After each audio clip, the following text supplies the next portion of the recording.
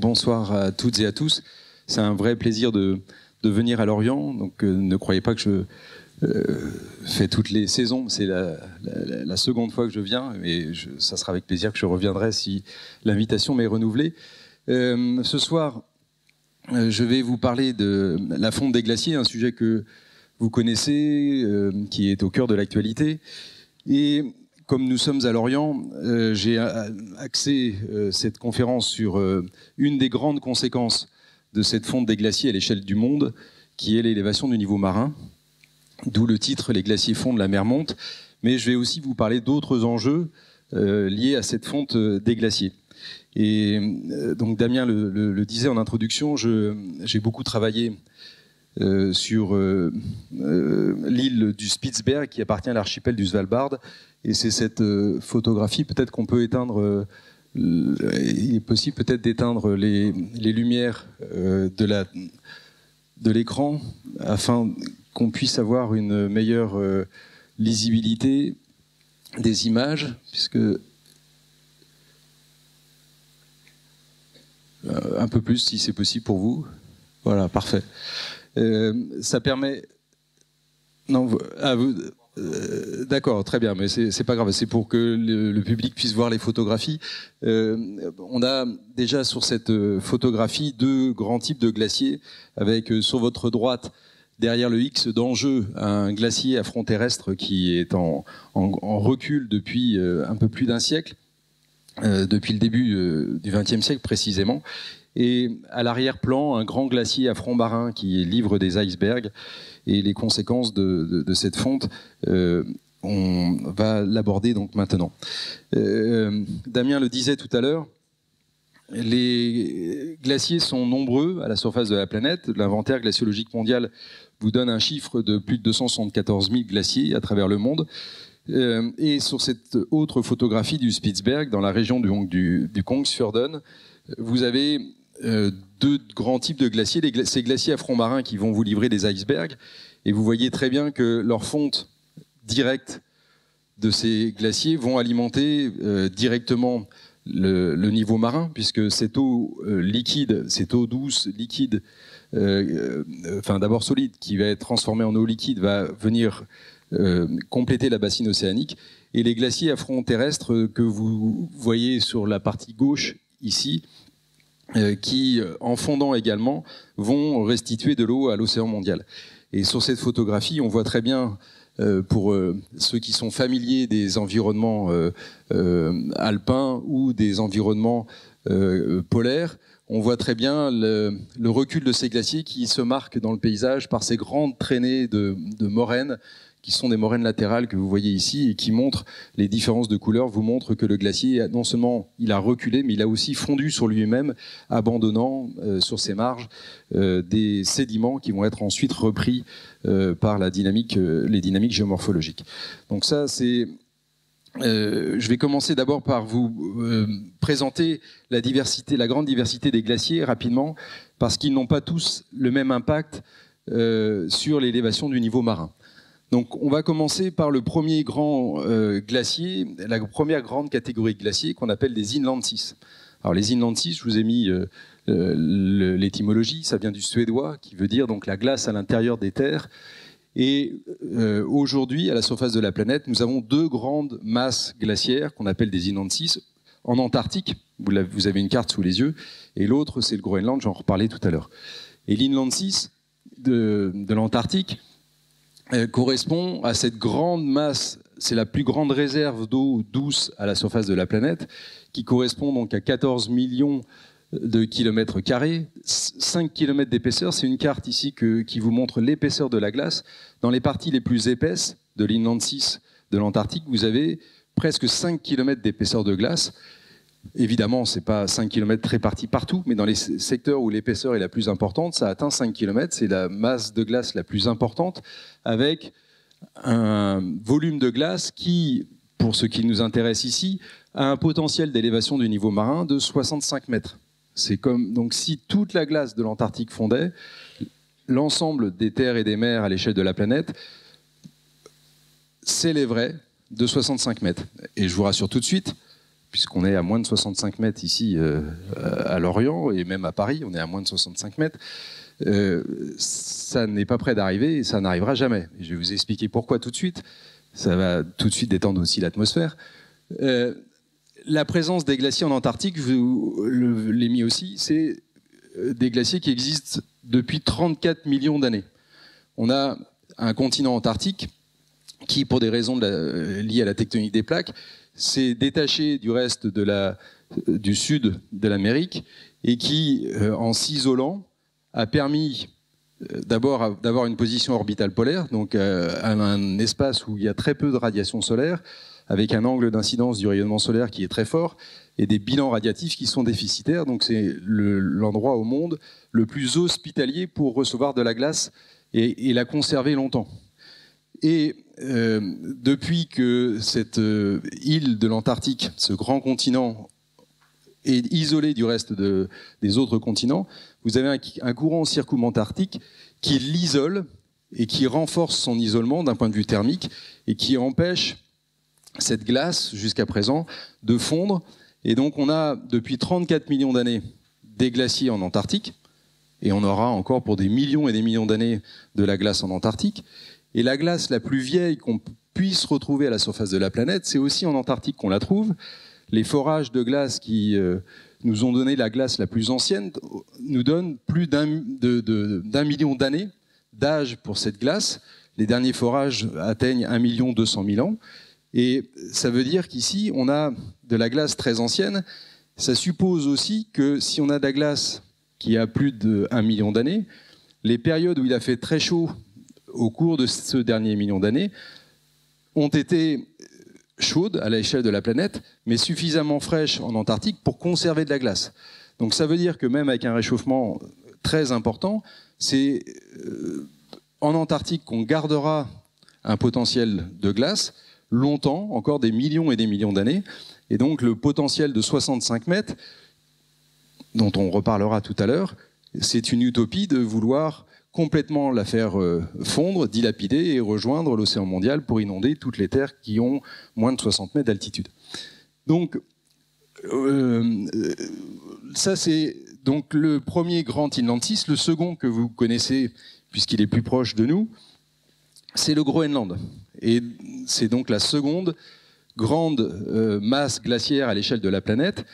Et le Groenland a une particularité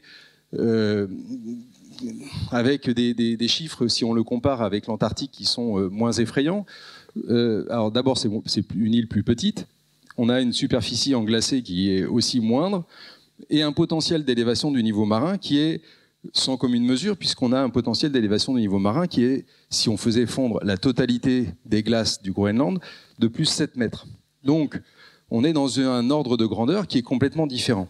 En revanche, comme vous le voyez aussi, la glace la plus ancienne qui a été retrouvée au Groenland est relativement jeune, puisqu'on a une glace qui a 130 000 ans.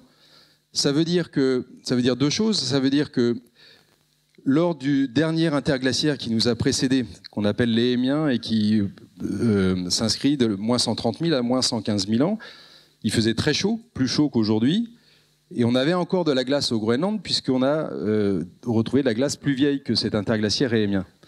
Mais ça veut dire qu'on ne retrouve pas non plus de glace plus ancienne. Pourquoi ? Parce que le Groenland est beaucoup plus petit et les glaciers vont, comme ils sont mobiles, très vite rejoindre l'océan mondial avec un taux de renouvellement très important, une vitesse de déplacement des glaciers qui est aussi beaucoup plus grande qu'en Antarctique, ce qui fait que la glace se renouvelle plus rapidement au Groenland, ce qui n'autorise pas à avoir des glaces très anciennes. Donc, gardons deux chiffres, 7 mètres d'élévation du niveau marin potentiel, et un autre chiffre qui est donc une glace relativement jeune qui se renouvelle rapidement. Et la difficulté du Groenland, on en reparlera tout à l'heure, c'est que le Groenland est très mal placé sur l'échiquier du réchauffement climatique planétaire, puisque le Groenland se situe au cœur de l'Arctique, et c'est en Arctique que le réchauffement climatique est le plus important de tous les espaces que l'on connaît à la surface de la planète. Alors à côté de ces deux grands mastodontes de glace que sont les inland seas de l'Antarctique et du Groenland, Vous avez d'autres glaciers qu'on appelle donc des glaciers de calotte, que l'on retrouve essentiellement en position insulaire dans l'hémisphère nord. Et je vous ai cité quelques exemples, et je vous en ai mis en illustration. Une carte d'abord des calottes de l'Ostfauna et du Westfauna qui sont au nord-est de l'archipel du Svalbard.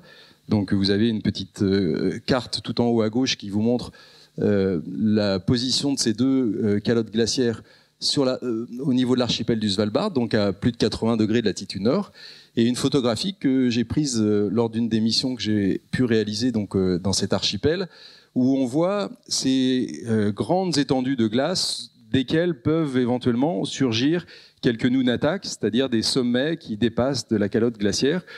Et ces glaciers de calotte sont intéressants quand on regarde leur localisation. Je vous ai mis aussi une carte du Vatnajökull, qui est un glacier de calotte que l'on retrouve au sud de l'Islande, autre terrain sur lequel je me rends régulièrement pour faire des recherches. Et quand on regarde la localisation de ces glaciers de calotte, on les retrouve essentiellement dans l'hémisphère nord, sur les îles donc, que vous avez, qui sont mentionnées, le Svalbard, la Nouvelle-Zélande, Baffin, Axel Heiberg, Ellesmere dans l'archipel canadien, en Alaska. Et pourquoi on les retrouve sur ces îles et ces archipels? Parce que on a ici un système de boucle de rétroaction positive où les îles sont entourées d'eau, et c'est l'eau qui va servir d'alimentation et de fournir de l'humidité et la pluviométrie nécessaire à la croissance des glaciers. Et on est dans des positions latitudinales suffisamment septentrionales pour avoir du froid pendant la période estivale, c'est-à-dire ça fait partie des régions qu'on considère sans été. Et donc s'il neige beaucoup et que les étés sont frais, eh bien vous avez deux des ingrédients indispensables pour la jeunesse d'un glacier sur trois. Et la troisième caractéristique qui permet la jeunesse d'un glacier, après le fait qu'il neige, le fait qu'il fasse froid les étés qui suivent les précipitations neigeuses, ce sont des surfaces qui permettent de les recevoir et de les conserver. Donc essentiellement des topographies en creux qui permettent d'accueillir des glaciers. Et donc ces glaciers de calotte vont être ici, on va les retrouver essentiellement dans ces territoires de l'Arctique. On en trouve très peu dans l'hémisphère sud, on en retrouve aux îles Kerguelen, par exemple, pour les territoires des territoires austral et antarctiques français. Mais de par la configuration des îles, on a très peu d'îles dans l'hémisphère sud à ces latitudes favorables à la jeunesse de glaciers, et c'est essentiellement dans l'hémisphère nord qu'on va en retrouver. Et ils sont aussi, eux, très mal placés sur l'échiquier du réchauffement climatique parce qu'ils font partie de ce bassin arctique qui se réchauffe plus que le reste de la planète. Et l'avant-dernière catégorie dans ce jeu de cette famille des glaciers, ce sont les glaciers de vallée que vous connaissez tous, puisque c'est souvent le glacier emblématique des glaciers qu'on retrouve partout dans toutes les chaînes de montagnes de la planète. Et vous avez ici une photographie du glacier d'Aletsch, donc en Suisse, dans le massif alpin européen, qui est le plus long glacier européen. Et j'aime beaucoup cette photographie parce qu'elle vous illustre à la fois ce que je venais de vous dire, c'est-à-dire une topographie accueillante qui permet de recevoir les précipitations neigeuses de l'hiver et des configurations estivales, soit liées à l'altitude, soit liées à la topographie, qui permettent d'avoir des étés suffisamment frais pour empêcher la dilapidation et la fonte de la neige tombée les hivers précédents. Et donc là, on a une belle vallée glaciaire, donc une topographie qui va recevoir la neige, qui va la conserver suffisamment longtemps pour qu'elle se transforme en glace. Et vous voyez aussi des cirques glaciaires dans la partie gauche. Et vous voyez que ce cirque glaciaire, alors que l'ensemble du paysage est très ensoleillé, le cirque glaciaire, à cause ou grâce à ces parois très abruptes qui font un cirque et qui entourent comme un amphithéâtre cette dépression topographique, ça fait de l'ombre. Et comme ça fait de l'ombre, eh bien la neige ne va pas fondre directement par la radiation solaire, puisqu'on a une micro-topographie qui génère un microclimat favorable au maintien des glaciers. Et comme vous avez des topographies, vous voyez que les pentes qui encadrent ces versants, ces vallées ou ces cirques sont très abruptes, quand il neige, les avalanches la neige ne va pas pouvoir rester sur des topographies aussi abruptes et donc va être favorable aux avalanches, et ces avalanches vont elles-mêmes contribuer à l'accumulation de neige dans ces dépressions, que ce soit des vallées ou des cirques. Donc on a des configurations comme ça partout à la surface de la planète, dans toutes les chaînes de montagnes, y compris sous les latitudes tropicales, en Afrique, dans les Andes ou même en Indonésie, des configurations topographiques qui sont propices pour recevoir des glaciers. Et la dernière catégorie de glaciers, ce sont des tout petits glaciers qu'on appelle des glaciers suspendus, ou des glaciers qui sont finalement adhérents aux parois. Et là, je vous ai mis à la fois une coupe pour vous montrer la relation entre ces glaciers suspendus qui sont tout à gauche sur des pentes parfois très abruptes et qui surmontent des glaciers de vallée, et une photographie de mon collègue Ludovic Ravanel, qui est chercheur au laboratoire EDITEM de l'Université de Savoie-Mont-Blanc, au Bourget-du-Lac, et guide de haute montagne aussi par ailleurs. Et vous voyez ces glaciers suspendus, ici à l'aiguille du Midi, sont de tout petits ensembles de glace malmenés par le réchauffement climatique, notamment lors des étés caniculaires. Et la plupart du temps, ils étaient connectés, ils alimentaient les glaciers de vallée. Et à cause du réchauffement climatique et de la fonte des glaciers de vallée, eh bien, ils sont déconnectés de ces glaciers de vallée et ils sont propices à des chutes de sérac qui, malheureusement, encore cet été, dans le massif du Mont Blanc, peuvent entraîner des décès. Alors, pourquoi je vous ai montré cette diversité des glaciers et cette diversité des grandes familles de glaciers? C'est pour vous montrer qu'ils ne sont pas tous sensibles et ils ne vont pas tous être sensibles au changement climatique de la même manière. Selon qu'ils sont petits ou gros, selon qu'ils sont placés à l'échelle de la planète dans des conditions favorables comme en Antarctique ou éventuellement en Arctique, ou au contraire dans des positions extrêmement défavorables aux latitudes tropicales ou intertropicales. Alors, les glaciers sont sensibles au changement climatique, c'est pas un scoop, vous le savez déjà. Mais je vais essayer de vous illustrer ces éléments. Pour montrer que les glaciers sont sensibles au réchauffement climatique, les glaciologues utilisent ce qu'on appelle un bilan de masse. C'est-à-dire qu'ils font la différence entre les entrées et les sorties de ce glacier, combien le glacier reçoit de neige en hiver et combien il en perd l'été. Et à la fin de l'année, généralement fin septembre, on arrête pour l'hémisphère nord au 30 septembre, on fait le bilan de l'année écoulée.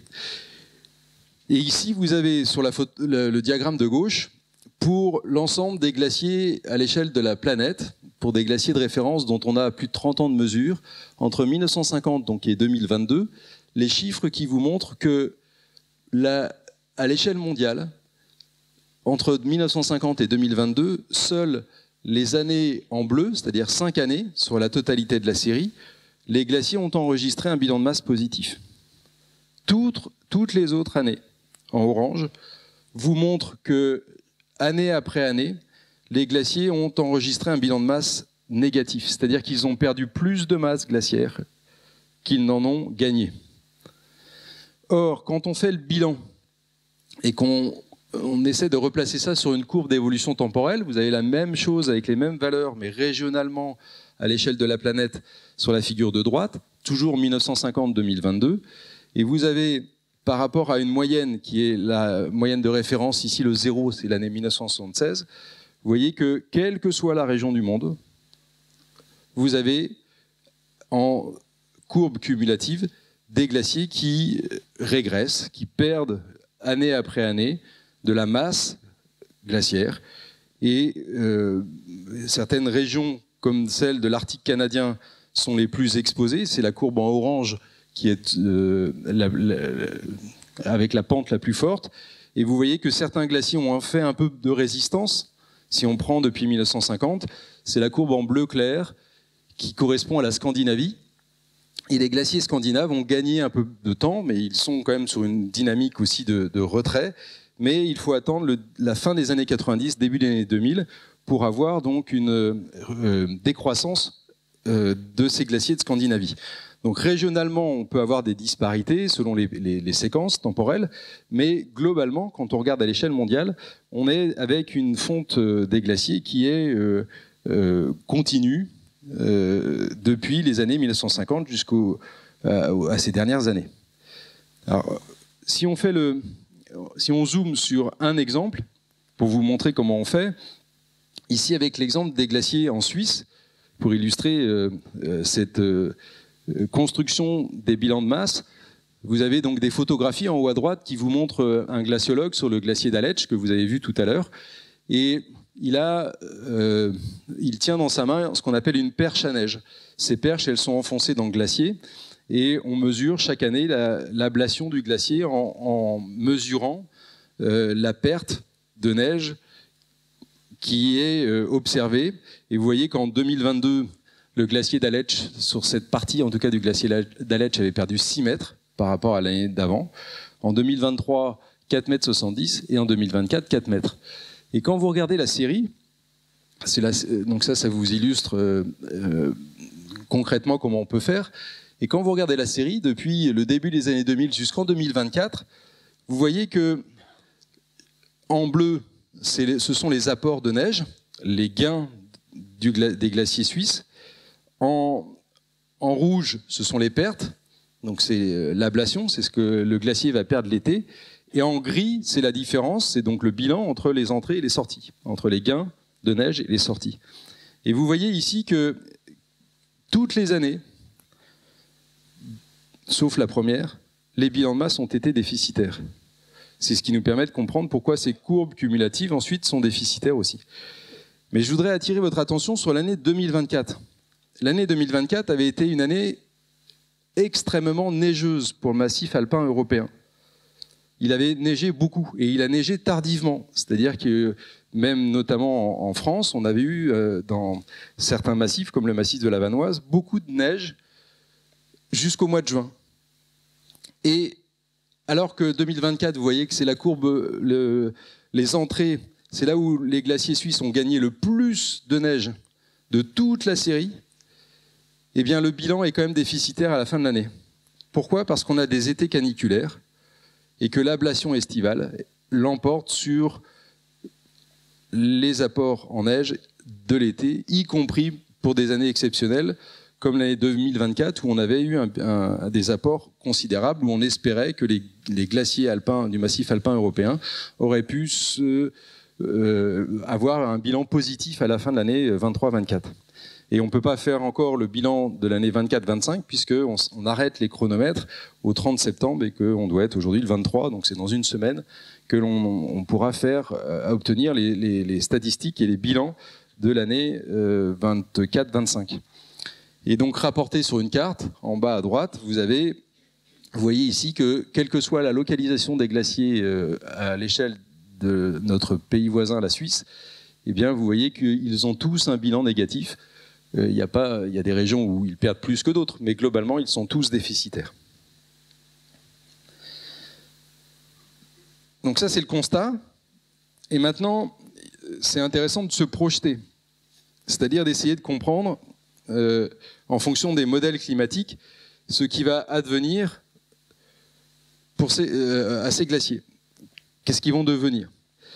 Ici, vous avez un graphique qui vous montre... il y a 4 couleurs.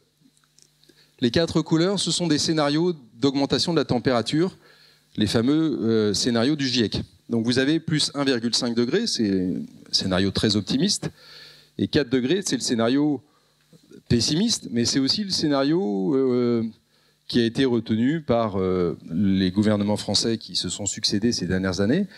Notre ministre démissionnaire de l'Environnement, Agnès Pannier-Runacher, voilà, je ne retrouvais plus son nom de famille. Et la personne qui l'avait précédé à ce poste, Monsieur Béchu, de maire d'Angers, eh bien, on préparait les Français, ou on demandait aux Français de se préparer à un scénario à plus 4 degrés à l'horizon 2100. Donc ça signifie que le scénario le plus pessimiste, pour eux, il n'y en a pas d'autre, puisque c'est celui qu'ils retiennent dans leur... et qui demande aux Français de se préparer à ce scénario du pire. Donc vous avez les chiffres, les couleurs qui vous donnent les 4 scénarios, et ensuite vous avez par taille de glacier ceux qui font moins d'1 km² à gauche, entre 1 et 10, 10 et 100 et plus de 100 km², comme l'Antarctique, le Groenland, etc. Et on voit le pourcentage des glaciers qui vont disparaître à l'horizon 2100 en fonction de ces différents scénarios. Si on prend les glaciers les plus petits, ceux dont je parlais tout à l'heure, notamment les glaciers suspendus, mais aussi une grande partie des glaciers de vallée, ils font moins d'1 km².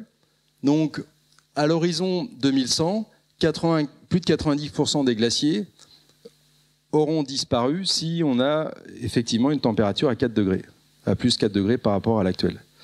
Ça veut dire que là, ici, les tout petits glaciers, comme les glaciers des Pyrénées, qui sont pour une grande partie déjà disparus, ben, ils ont des tailles trop petites pour être encore présents dans le massif pyrénéen. D'ici déjà 20 ans, ils auront disparu. Et à l'horizon 2100, quel que soit le scénario, ils auront forcément tous disparu dans les Pyrénées. Et en fonction de la taille des glaciers, eh bien, vous voyez que les plus gros vont se maintenir, y compris si on augmente la température à la surface de la planète de plus 4 degrés. Donc tout dépend de leur position dans l'espace et tout dépend de leur taille, évidemment.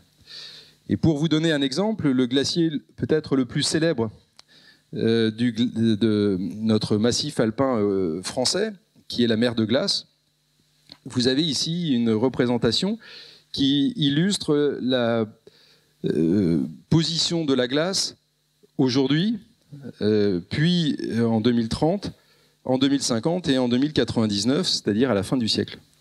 Et on estime ici que, selon ce scénario qui a été proposé il y a quelques années, qu'à l'horizon 2100, il ne resterait plus de glace que dans toutes les parties les plus hautes de ce bassin versant, c'est-à-dire à plus de 3500 mètres, et en dessous, on n'aurait plus de glace du tout. Donc ça veut dire que le paysage aura complètement été transformé. Donc voilà pour ce qui est en cours et le processus qui est annoncé pour les décennies à venir. Alors maintenant, quelles sont les conséquences de cette fonte des glaciers et de leur disparition programmée ? Alors, avant de venir sur l'élévation du niveau marin, peut-être parce que ça touche une population absolument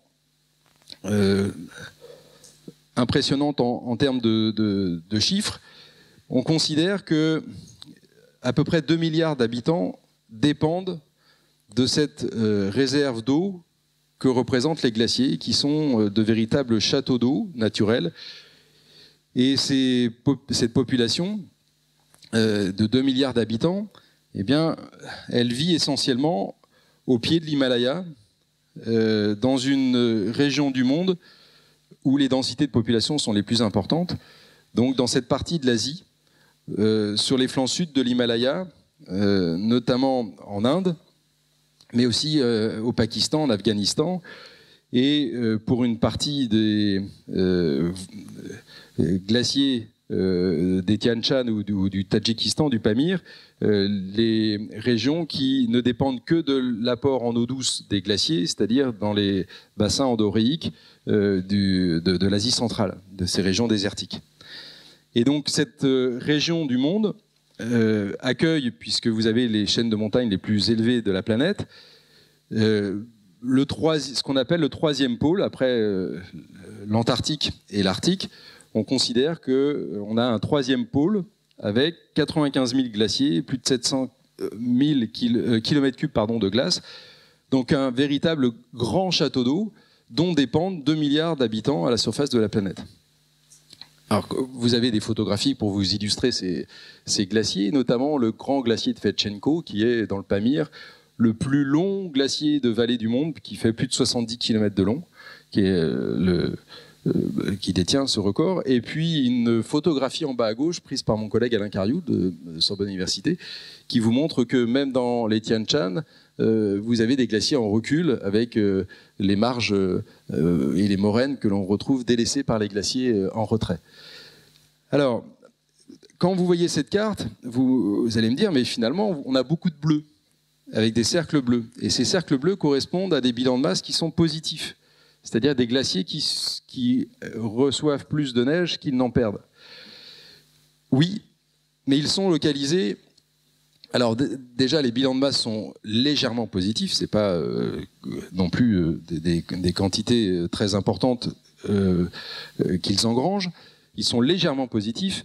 Ces dernières années, ça commence à devenir vraiment limite. Mais ce qui nous intéresse surtout, ce sont tous les glaciers qui sont en couleur chaude, orange, rouge, jaune, qui eux sont déficitaires et qui vont rejoindre les grands bassins versants du Gange, du Brahmapoutre, de l'Indus, et qui vont alimenter des milliards d'habitants, des centaines de millions d'habitants selon les bassins versants, qui dépendent de cette eau au moins pendant la période estivale. Et la disparition de ces glaciers est problématique parce que ça va modifier considérablement les régimes hydrologiques de ces grands bassins versants, de l'Indus, du Gange, du Brahmapoutre, du Tarim. Et vous avez ici la répartition des débits par grande période, juin, juillet, août et septembre, pour ces 4 grands bassins versants. Et vous voyez ici que va-t-il se passer à l'horizon 2080-2100 ? Ces 4 bassins vont recevoir plus de débit au mois de juin. Pourquoi ? Parce que finalement, comme le climat se réchauffe, la neige va fondre très rapidement au printemps et les débits des glaciers, des rivières proglaciaires, va être donc accentué à cette période de l'année.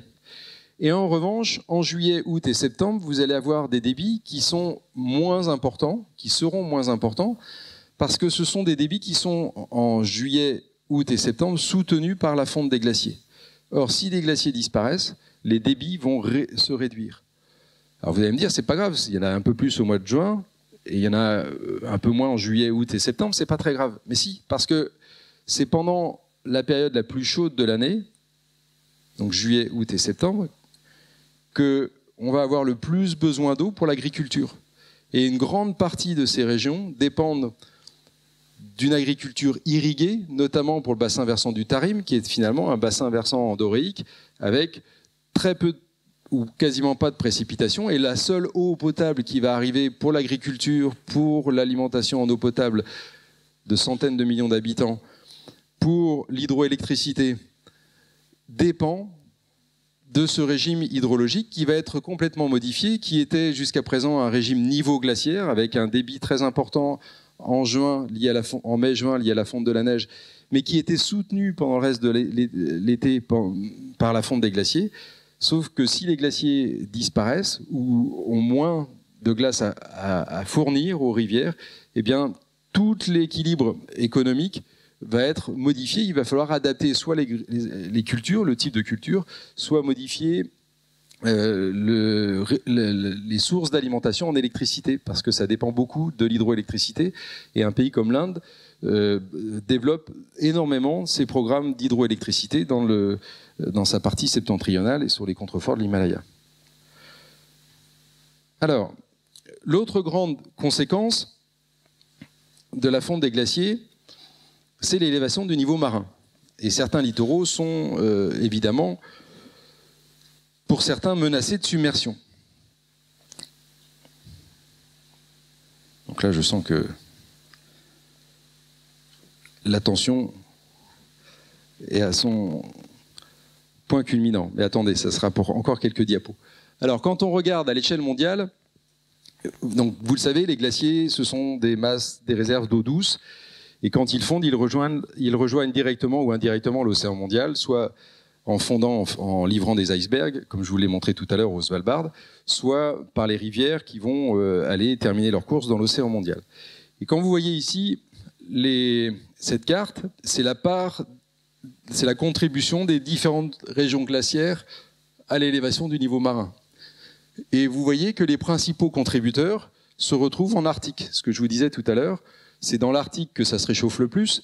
Et le premier contributeur, ce sont les glaciers d'Alaska. Mais ils sont certes suivis par les Andes dans la partie méridionale, mais surtout par le Groenland, l'Arctique canadien, l'Arctique scandinave avec le Svalbard et l'île de Jan Mayen, et l'Arctique russe. Et on retrouve la seule pastille bleue avec un bilan annuel supérieur en Asie du Sud-Ouest, on venait d'en parler tout à l'heure. Donc vous voyez ici que c'est dans le bassin arctique que les contributeurs, les glaciers, vont contribuer le plus, ils le font déjà, mais aussi dans le futur, à l'élévation des niveaux marins. Et pourquoi ? Parce que c'est une des régions du monde qui se réchauffe le plus, parce qu'on a une boucle de rétroaction défavorable au maintien des glaciers. Plus il fait chaud, plus la neige va fondre rapidement et va moins longtemps rester au sol, plus les glaciers vont disparaître, plus la banquise va disparaître. Et toutes ces surfaces qui sont des surfaces blanches, avec un fort pouvoir d'albédo, vont être transformées, remplacées par des surfaces qui sont sombres et qui absorbent le rayonnement solaire. Et donc, si vous enlevez la banquise et que vous remplacez cette banquise par de l'eau qui absorbe de l'océan libre de glace qui absorbe le rayonnement solaire, eh bien, vous allez absorber de la chaleur au niveau des surfaces océaniques. Et pareil pour les surfaces terrestres, vous enlevez de la neige, vous enlevez la glace, vous la remplacez par de la terre qui va absorber, parce qu'elle est sombre, absorber le rayonnement solaire. Et donc vous avez une boucle de rétroaction positive qui est enclenchée ici pour l'Arctique, qui fait que, alors qu'on a gagné 1 degré à l'échelle planétaire, on est dans certaines régions de l'Arctique à plus 4 degrés dans la même période de temps du XXe siècle. Donc on a vraiment une amplification arctique, et c'est ici que c'est évidemment le plus intéressant d'aller observer, puisque ce sont dans ces régions arctiques que vous allez avoir le plus de contributeurs à l'élévation des niveaux marins. Alors qu'est-ce que ça donne ? Au XXe siècle, on a enregistré une élévation du niveau marin de 20 cm à l'échelle mondiale. Donc 20 cm, c'est pas grand-chose.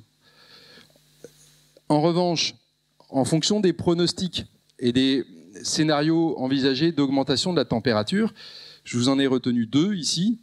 Le scénario le plus optimiste, le RCP 2.6, alors c'est pas 2,6 degrés, c'est le scénario du GIEC qui vous donne 2,6 watts par mètre carré d'énergie supplémentaire reçue par une surface terrestre. C'est-à-dire qu'en gros, on va avoir plus de rayonnement solaire, plus de watts, plus de chaleur par unité de surface. Donc 2,6 watts de plus, c'est le scénario le plus optimiste avec une augmentation de température relativement réduite. On est sûr et certain de ne pas l'atteindre, celui-là, vu la trajectoire actuelle. Et le scénario le plus pessimiste, c'est le RCP 8.5, c'est-à-dire 8,5 watts par mètre carré supplémentaire d'énergie reçue par une surface. C'est le scénario de plus de 4 degrés de tout à l'heure.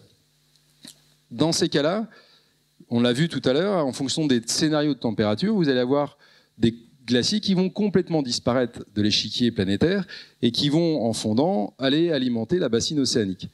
Et donc vous avez une augmentation de l'élévation du niveau marin qui, à l'horizon 2100, si vous êtes très optimiste, va être cantonné à 40 cm.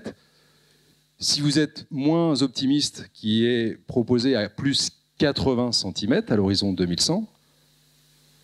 Mais comme on sait que le réchauffement climatique ne va pas s'arrêter en 2100, mais va continuer, vous avez une courbe ici qui vous emmène jusqu'en 2300. Et en 2300, au mieux vous êtes optimiste, vous avez un peu moins d'1 mètre, mais si vous êtes pessimiste, vous avez pratiquement 5 mètres d'élévation du niveau marin. Donc c'est ces chiffres-là qu'on va garder en tête. Sauf que, en tant que géographe, il faut relativiser ces chiffres, parce que ça, ce sont des chiffres à l'échelle mondiale. Il faut relativiser en fonction de ce qu'on appelle le niveau marin relatif. Donc cette élévation du niveau marin, c'est ce qu'on appelle le statisme, c'est la remontée du niveau marin. Donc plus 40 ou plus 80 cm, ou plus 1 mètre, ou plus 5 mètres, selon les scénarios que l'on envisage. Le niveau marin relatif va mettre en regard le comportement du sol, c'est-à-dire les littoraux, par rapport à cette élévation du niveau marin. Soit le littoral est stable, sur le plan tectonique, soit il s'enfonce, soit il est soulevé. On a ces 3 scénarios possibles à la surface de la planète. Premier cas de figure, le niveau marin, le niveau du sol est stable. Ce qu'on appelle l'isostasie, égale à 0. Ça veut dire que le niveau marin relatif, il sera égal à l'élévation du niveau marin, le statisme. Et donc si on garde plus 40 cm ou plus 80 cm si vous êtes optimiste ou pessimiste, à l'horizon 2100, vous aurez une élévation du niveau marin relatif qui sera de plus 40 cm ou de plus 80 cm. C'est le cas de la Bretagne. On est sur une marge stable, globalement à l'échelle tectonique, à l'échelle du monde. On est dans une phase stable, ça veut dire qu'on peut s'attendre à avoir plus 40 ou plus 80 cm d'élévation du niveau marin à l'horizon 2100. Deuxième possibilité, vous avez un niveau marin qui certes augmente toujours de 40 ou 80 cm, mais vous avez un niveau du sol qui se soulève. Et pourquoi se soulève-t-il ? Pour plusieurs raisons. La première, c'est le rebond glacio-isostatique. Je vous prends un exemple régional en Scandinavie, mais c'est la même chose dans l'archipel, dans le Canada, au niveau du Canada, sur les pourtours de la baie d'Hudson. Qu'est-ce qui se passe dans ces régions-là ? Ces régions-là ont été recouvertes de glace par des inland seas qui avaient 2 à 3 km d'épaisseur pendant les périodes froides du Pléistocène. Il y a encore 20 000 ans, il y avait 2 à 3 km de glace sur la Scandinavie. Cette masse de glace a appuyé sur la Scandinavie, sur la lithosphère scandinave. Donc elle s'est enfoncée, cette lithosphère. La glace ayant disparu, cette lithosphère va retrouver son état d'équilibre antérieur. Donc elle est en phase de rebond glacio-isostatique. C'est ce que vous avez ici représenté sur cette figure ici à gauche. Et c'est ce que l'on observe encore et que l'on peut quantifier aujourd'hui sur les pourtours du golfe de Botnie, entre la Suède et la Finlande, où vous avez pratiquement encore une remontée de 1 cm par siècle, de 1 cm par an, pardon. Donc c'est 7 mm ou 10 mm par an, ce qui fait qu'au bout d'un siècle, vous avez une augmentation d'1 mètre par le rebond glacio-isostatique. Donc si je reviens sur ma figure précédente, ces régions de Scandinavie vont se retrouver dans le scénario numéro 2 avec une Terre qui se soulève plus que la remontée du niveau marin. Donc eux, à l'horizon 2100, non seulement ils ne verront pas de submersion marine, mais ils verront encore plutôt le niveau de la mer baisser. Et si vous aviez une maison avec un ponton et un bateau pour aller à la pêche, quand vous la transmettez à vos arrière-petits-enfants, ils seront obligés de rajouter des marches pour pouvoir accéder à leur bateau, parce que la Terre se soulève plus que la remontée du niveau marin. Donc ça, c'est la première raison. Ça concerne la quasi-totalité de la Scandinavie et du Canada. Et l'autre raison qui est liée à la remontée plus importante des terres par rapport à la remontée du niveau marin, ce sont toutes les régions qui sont soulevées par la tectonique des plaques, les zones de subduction où les plaques océaniques plongent sous les plaques continentales et soulèvent les plaques continentales, toute la région autour du Pacifique qui vous donne les Rocheuses, les Andes côté américain et qui vous donne le Japon, Kamchatka du côté eurasiatique. Donc ces régions où la Terre se soulève plus et plus vite, avec une ampleur plus importante que la remontée du niveau marin, il n'y aura pas de submersion marine. En revanche, il existe des régions où non seulement il va y avoir une remontée eustatique de 40 à 80 cm à l'horizon 2100, mais en plus elle s'enfonce. La topographie, les parties terrestres sont subsidantes, c'est-à-dire qu'elles s'enfoncent sur elles-mêmes. Ce sont les régions notamment deltaïques, tous les deltas du monde qui reçoivent des sédiments, les sédiments se compactent et par subsidence ça s'enfonce. Et les régions qui s'enfoncent le plus, ce sont des régions qui peuvent s'enfoncer jusqu'à 3 mètres par siècle. Donc si à l'horizon 2100, vous avez 40 ou 80 cm de remontée du niveau marin et que dans la même période de temps, vous avez une partie terrestre qui s'enfonce, ces régions du monde vont avoir une submersion marine, un niveau marin relatif qui sera à 3,40 m ou 3,80 m au-dessus de ce qu'il est aujourd'hui en 2025. Alors où est-ce qu'on les retrouve, ces régions liées à la subsidence? Essentiellement dans ces régions ici de l'Asie du Sud-Est, avec, vous voyez ici, pour Bangkok, ce qui est attendu à l'horizon 2150, c'est 3 mètres d'élévation du niveau marin, à cause de ces régions de subsidence. Et puis il y a un facteur anthropique aggravant qui est lié à la densité de population et au fait que, à cette subsidence naturelle, vous allez rajouter des densités de population qui vont pomper dans les nappes phréatiques de l'eau pour leur usage quotidien. Ce pompage dans les nappes phréatiques va entraîner une subsidence des villes, plus l'élévation du niveau marin, plus la subsidence naturelle. C'est ce qui vous a expliqué ici dans la partie gauche, ici, qui va effectivement induire des submersions marines beaucoup plus importantes, beaucoup plus fréquentes, et une inondation des zones basses. Et c'est une des raisons pour lesquelles, en Indonésie, c'est pas marqué sur la carte ici, mais Jakarta, la capitale indonésienne, a, sur le plan politique, décidé d'être déplacée sur une autre île à l'été 2024 pour essayer de... Alors ça résout pas le problème de Jakarta, des inondations récurrentes à Jakarta, mais Jakarta s'enfonce et est complètement sous les eaux une grande partie de l'année. Et donc, pour déplacer cette capitale politique, ils ont choisi carrément de déménager. Alors, vous avez 3 scénarios. Ça veut dire que quand on a une lecture géographique, il y a une grande partie des régions du monde où c'est pas la peine de faire peur aux gens, puisque ils ne seront pas dans une configuration de submersion marine très rapide. Pour d'autres, en contraire, il va falloir vite s'adapter.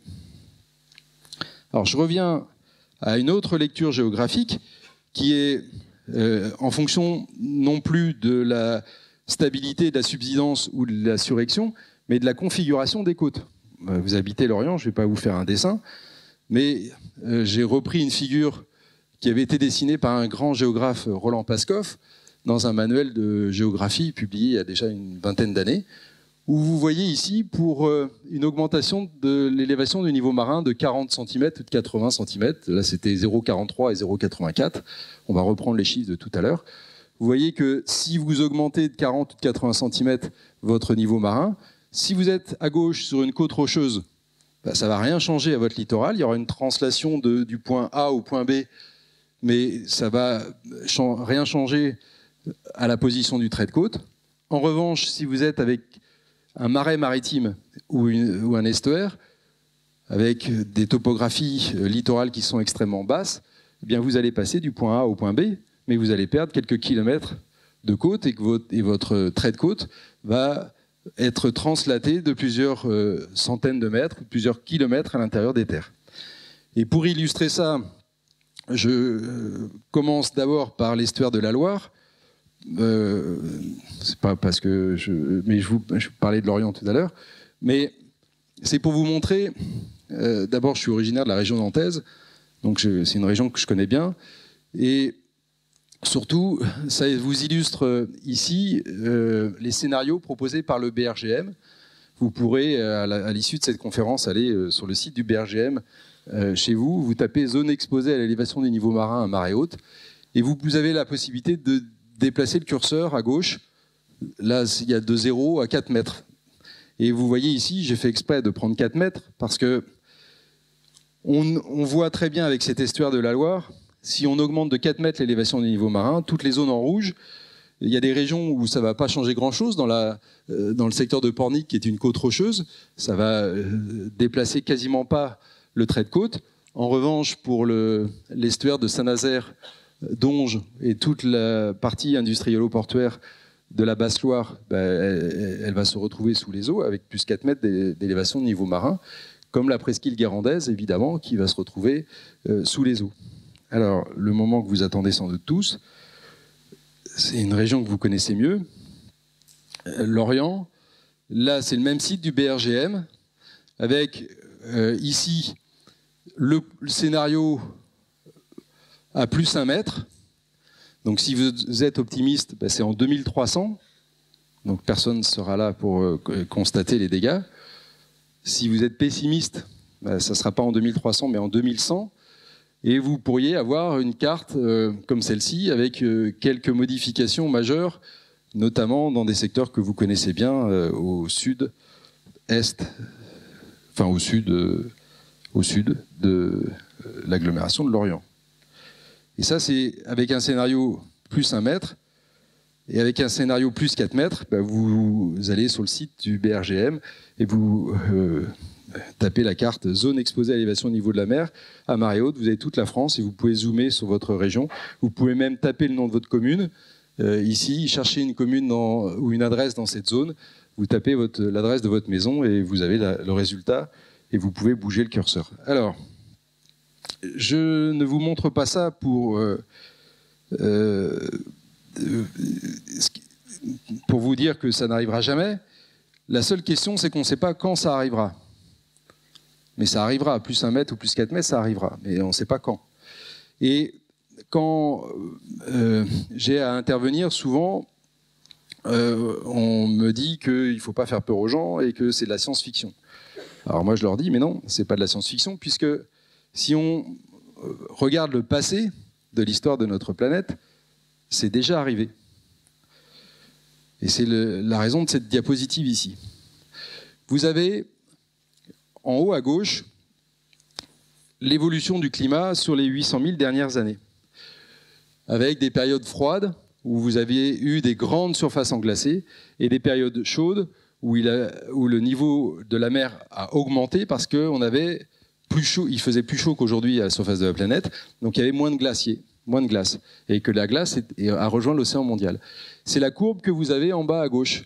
Donc aujourd'hui c'est le 0, et ensuite vous avez eu une grande période froide où vous aviez des bas niveaux marins avec des niveaux à moins 100 mètres, moins 120 mètres, moins 130 mètres, et au contraire des périodes où il a fait très chaud, plus chaud qu'aujourd'hui, avec des hauts niveaux marins, notamment à l'Éhémien, 5E, et aussi lors du MIS 11, vers 416 000 ans, vous voyez sur la courbe, à 416 000 ans, il a fait beaucoup plus chaud qu'aujourd'hui. S'il a fait beaucoup plus chaud, ça veut dire qu'il y a eu moins de glaciers à la surface de la planète et que ces glaciers ont permis l'élévation du niveau marin. Comment on le sait? On peut le savoir par les carottages de glace, évidemment, mais on a aussi des yeux. Il n'y a pas besoin d'aller forer des carottes en Antarctique pour aller voir ce que peut donner une élévation du niveau marin à l'Éhémien ou à MIS 11 il y a 416 000 ans. Il suffit de se promener sur les littoraux de Bretagne. Et là, je vous ai donné 2 exemples. Ici, à la pointe de Dinan, sur la presqu'île de Crozon, une photographie que j'ai prise lors d'excursions avec des étudiants de master. Vous avez une perche ici qui vous donne 2 mètres. À droite de la perche, il y a mon marteau. Et vous voyez ici, au niveau de ces 2 mètres de perche, vous avez des galets. Ces galets sont des galets marins qui ont été donc déposés par la mer à des altitudes qui sont au-dessus du niveau de la mer actuelle, à une époque inconnue, mais qui est soit l'Éhémien, 115 000 ans, soit le MIS 11, 416 000 ans. Mais 2 périodes au cours desquelles il a fait beaucoup plus chaud. Et donc, on retrouve des hauts niveaux marins qui sont au-dessus du niveau de la mer actuelle. Et une autre photographie en bas à droite, prise en baie d'Audierne, donc dans le Finistère, sur le site du Ménez-Drégan. Et ce site du Ménez-Drégan a été fouillé, a été découvert par Bernard Allégouette, qui a été enseignant à l'Université de Bretagne occidentale pendant toute sa carrière, et qui a découvert ce site. Et dans ce site, vous avez des galets qui correspondent à des hauts niveaux marins, et entre ces hauts niveaux marins, vous avez des traces d'occupation humaine. C'est un des sites, vous le connaissez certainement, un des sites d'occupation humaine les plus anciens à l'échelle de l'Europe occidentale. On a presque 500 000 ans d'occupation humaine.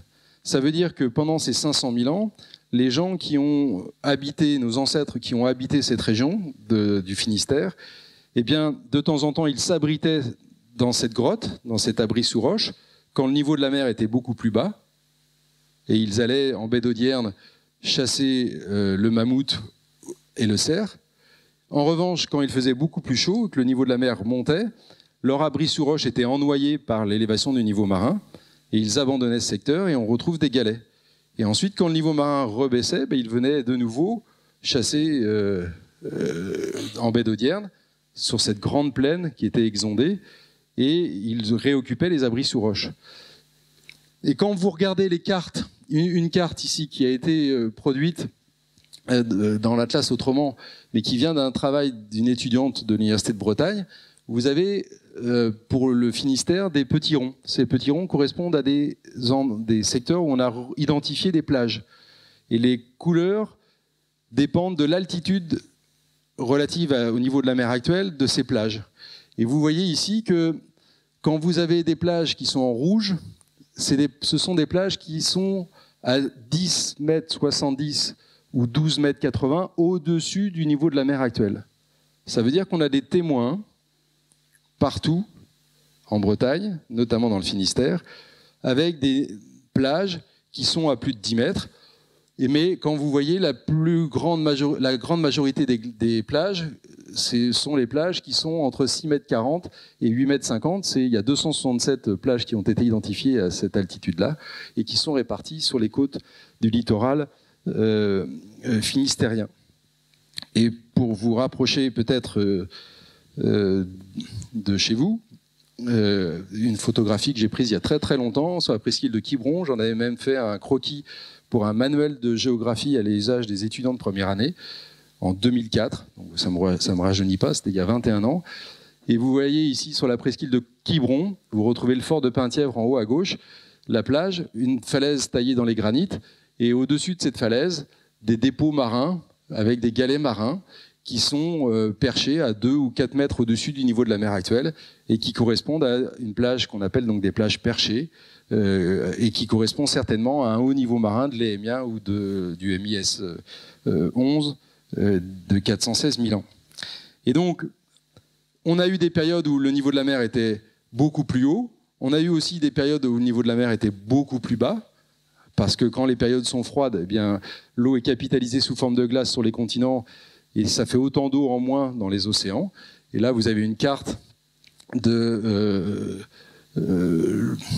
la France et puis des îles britanniques lors du maximum glaciaire il y a 20 000 ans, où vous voyez que les îles que vous connaissez aujourd'hui n'étaient pas des îles, mais étaient simplement des collines rattachées au continent. Et le niveau, le trait de côte, c'est le trait rouge que vous avez, et le niveau de la mer était 120 mètres plus bas qu'il ne l'est aujourd'hui. Alors ça, c'est la réalité telle qu'elle est, telle qu'elle a été. Donc ça n'est pas de la science-fiction de dire que le niveau de la mer va augmenter de 4 mètres ou de 5 mètres. Ce qu'on ne sait pas, c'est quand. En revanche, ce qui est de la science-fiction, c'est ce genre de carte que vous avez déjà dû voir, parce que je crois que ça a été publié notamment dans Ouest France, qui est faite par quelqu'un de très sympathique et qui a un côté esthétique très certain, c'est une très belle carte, mais qui est complètement futuriste et qui est absolument, d'un point de vue scientifique, une ineptie. Ça n'arrivera jamais. On vous met 70 mètres d'élévation du niveau marin et on vous prend la courbe de niveau de 70 mètres, on met tout ça, tout ce qui est en dessous, on vous le met en eau. Donc évidemment, on n'est pas très bien placé ici. Mais il y a pire, en Bretagne. Vous retrouvez les secteurs qui sont complètement inondés. Mais pour avoir 70 mètres d'élévation du niveau marin, que faudrait-il ? Il faudrait faire fondre toutes les glaces, c'est-à-dire les 65 mètres d'équivalent de l'Antarctique. Ça n'arrivera jamais. Il y en aura une proportion, mais jamais les 65 mètres. Et il faudrait faire fondre les 7 mètres du Groenland, ce qui est plus probable. Mais si vous faites fondre 7 mètres, ça ne fait pas 70 mètres. Donc, ce genre de carte, c'est très beau sur le plan esthétique, mais c'est une ineptie sur le plan scientifique. Alors, pour terminer, pour ne pas parler que des littoraux et de la Bretagne, on a d'autres conséquences de l'élévation de la fonte des glaciers, qui est le risque d'écroulement des parois. Alors j'imagine que vous allez aussi de temps en temps passer des vacances dans les massifs montagneux de notre belle planète, et notamment dans les Alpes. Et ça devient de plus en plus dangereux de faire de l'alpinisme en montagne. Pourquoi ? Parce que les glaciers suspendus aux parois dont je vous parlais tout à l'heure, que vous retrouvez à gauche ici sur cette figure, eh bien, ces glaciers suspendus, quand ils fondent, ils ne protègent plus les parois des montagnes. Ces parois vont donc être soumises au rayonnement solaire direct. Elles vont se réchauffer. Comme les couleurs des roches sont plus sombres, elles vont absorber plus de rayonnement solaire, se réchauffer, et par conduction, va faire fondre la glace qui est à l'intérieur des fissures, qu'on appelle le pergélisol de paroi, que vous voyez sur la photographie à droite de mon collègue Ludovic Ravanel, où vous retrouvez son piolet.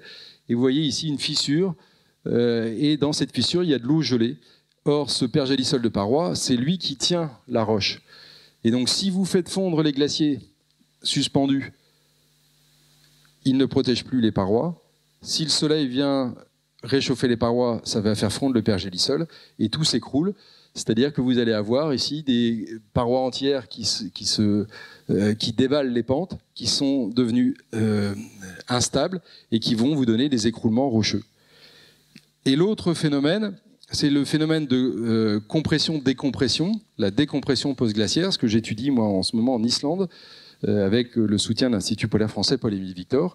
Quand vous avez des glaciers, et comme vous l'avez ici à gauche pour un glacier en Suisse, le glacier occupait la totalité de la gorge ici en 1860, au moment du maximum du petit âge glaciaire. Ce glacier fond, il perd plusieurs centaines de mètres d'épaisseur. Il n'appuie plus sur les parois. Pendant qu'il était présent, il appuyait sur les parois, il exerçait une compression. Vous faites disparaître le glacier, il va y avoir donc une réaction à la disparition du glacier, à la compression, par une décompression, et les parois vont se casser la figure. C'est ce que vous avez ici en photographie. Vous voyez très bien la cicatrice d'arrachement au-dessus du petit lac, et vous avez un gros bloc énorme de plusieurs millions de mètres cubes qui est en cours de transit ici et qui va un jour finir par complètement barrer la gorge. Et donc on a des phénomènes de compression-décompression qui peuvent être dangereux, puisque vous allez avoir des infrastructures qui sont menacées, notamment les refuges de haute montagne, comme à gauche le refuge des Cosmiques dans le massif du Mont Blanc, une des voies d'accès pour aller atteindre le plus haut sommet du massif alpin européen, ou comme le bivouac de la Fourche. Alors déjà, il fallait avoir envie d'aller dormir dans ce bivouac, qui était suspendu. Je suis grandi en Sud-Bretagne, vous êtes Lorientais. Moi, je crois que je ne dormirais pas très bien. Mais ça tombe bien, puisque en 2022, en août, il s'est complètement effondré. Sur la photographie en bas, on ne retrouve que les restes éparpillés. Et évidemment, toutes ces manifestations sont liées au réchauffement climatique et à la déstabilisation des parois. Alors, dans les régions de haute latitude, eh bien, cette déstabilisation des parois entraîne parfois des tsunamis, puisque quand les masses rocheuses tombent dans les fjords, eh bien, en fonction de la configuration des fjords, vous allez avoir des vagues qui vont se propager. Et ici, vous avez l'exemple d'une situation dramatique en juin 2017, où dans le fjord de Karat, dans la partie ouest du Groenland, vous avez eu un glissement de terrain qui a entraîné donc un tsunami, et un village dont le nom est difficile à prononcer, Nuugaatsiaq. Vous avez eu donc des vagues de tsunami qui sont venues détruire les bâtiments. Et vous avez ici un travail scientifique publié en 2020 de mon collègue Mats Strzelecki, un collègue polonais, qui est allé, après la catastrophe, pour faire une cartographie de la zone, il est géomorphologue, faire une cartographie de ces destructions. Et les gens de ce village ont été obligés de déménager pour être relocalisés ailleurs. Mais quand vous regardez les sociétés littorales de l'Arctique, elles sont quasiment toutes... les sociétés finalement de l'Arctique sont quasiment toutes littorales, parce que c'était du littoral qu'elles puisaient l'essentiel de leurs ressources alimentaires. Donc c'est un risque à venir qui est problématique. Et le dernier risque qui est important, c'est le risque de vidange de lacs proglaciaires. Vous en avez certainement entendu parler cet été, puisqu'on a vidangé à titre préventif un des lacs qui surmonte Pralognan-la-Vanoise, dans le parc national de la Vanoise, dans le massif alpin français. Que se passe-t-il? Les glaciers fondent, ils abandonnent donc de l'eau qui va se transformer en eau liquide, qui va alimenter des lacs, et c'est là qu'ils sont provisoirement retenus par des moraines frontales, c'est-à-dire des amas sédimentaires que vous avez vus en photographie à plusieurs reprises sur ces photographies.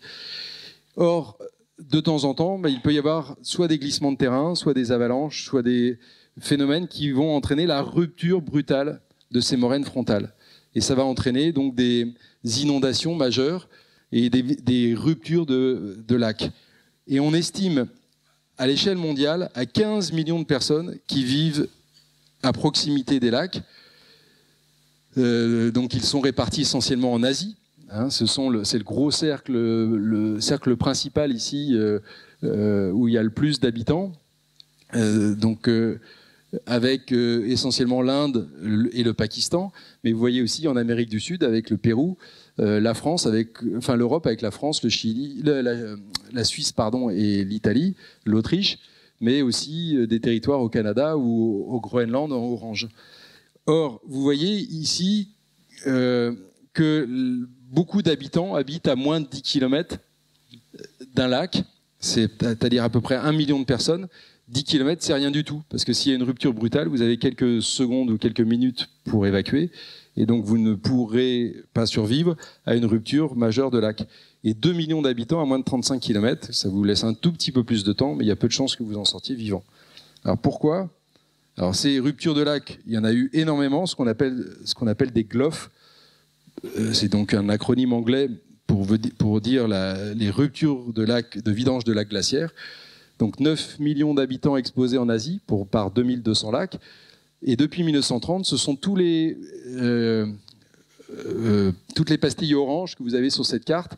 Il y a 65 GLOF qui ont été recensés dans l'Himalaya et qui ont, pour certains, été catastrophiques.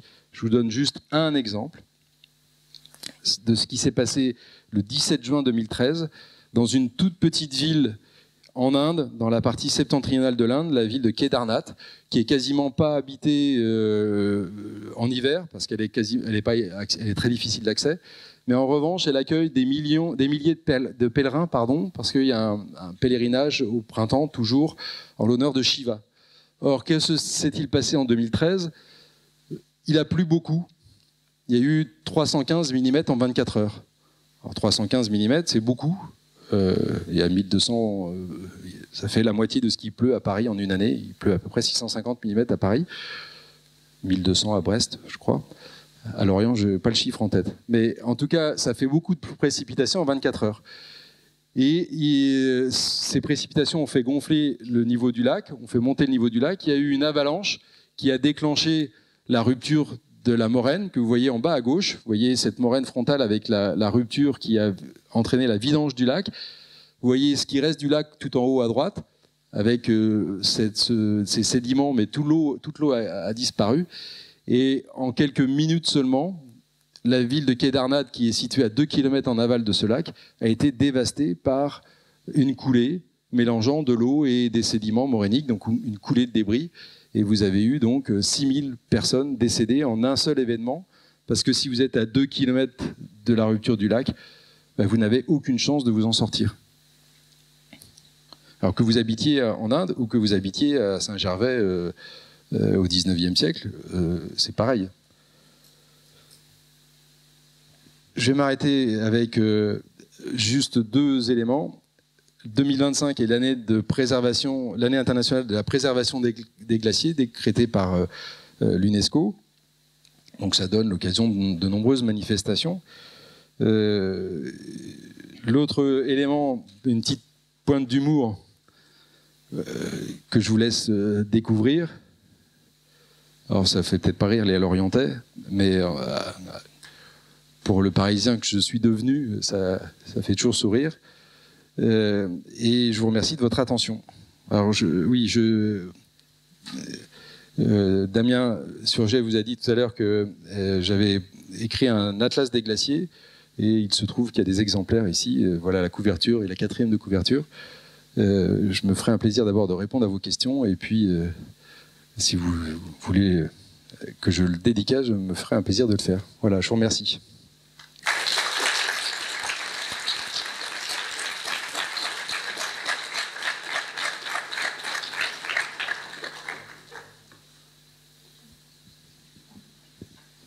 Alors, il y a une question, faut-il un micro pour le monsieur ? Merci. Juste une précision, là, quand vous remontez dans les millions d'années et donc vous présentez des niveaux d'élévation, à quelle température ou à quelle différence de température par rapport à maintenant ça correspond ? Alors, les Émiens, c'est 2 à 5 degrés de plus qu'aujourd'hui. Et le MIS 11, donc à 416 000 ans, c'est un tout petit peu plus encore. C'est autour de 6 degrés de plus qu'aujourd'hui. Mais ça veut dire que quand on a un scénario à 4 degrés en 2100, peut-être qu'on aura 5 ou 6 degrés en 2300. En tout cas, ça reste dans des proportions. Pour les scientifiques qui s'intéressent à la modélisation du climat, notamment des gens qui font de des sciences de l'atmosphère. Ils prennent ces scénarios très au sérieux et ces analogues passés, notamment de l'AMI1, mais surtout du MIS-11, parce que ça correspondrait aussi à des paramètres astronomiques qui sont assez proches de ce qu'on prévoit. Et donc, ils regardent ce qui s'est passé au moment de ces deux grands interglaciaires. Il y a eu quatre grandes périodes interglaciaires dans les 800 000 dernières années qui sont plus chaudes qu'aujourd'hui. Donc c'est intéressant quand on vous dit en 2025 on bat chaque année des records de température, mais on est sur une trajectoire où ça va continuer, malheureusement, mais c'est déjà arrivé par le passé. C'est-à-dire que c'est accentué par les gaz à effet de serre d'origine anthropique, mais même sans l'homme, malheureusement, la machine climatique s'est emballée parfois pour des paramètres liés à des paramètres astronomiques avec des températures qui sont supérieures à ce qu'on a connu. Donc c'est pas non plus. C'est très important de prendre ces analogues passés parce que c'est absolument pas de la science-fiction et c'est pas. Il faut prendre au sérieux les pronostics qui nous sont donnés dans la mesure où c'est ce à quoi il faut se préparer aujourd'hui.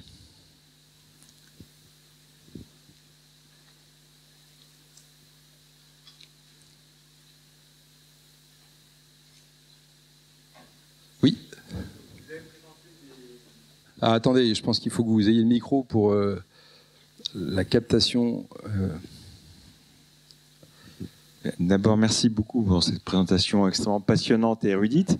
Vous avez présenté des positions, des mesures de position de glaciers depuis 1950. Donc, ce sont des mesures directes. Je pense qu'on a des mesures directes, même sans doute qui précèdent ces mesures. Oui. Et comment, vous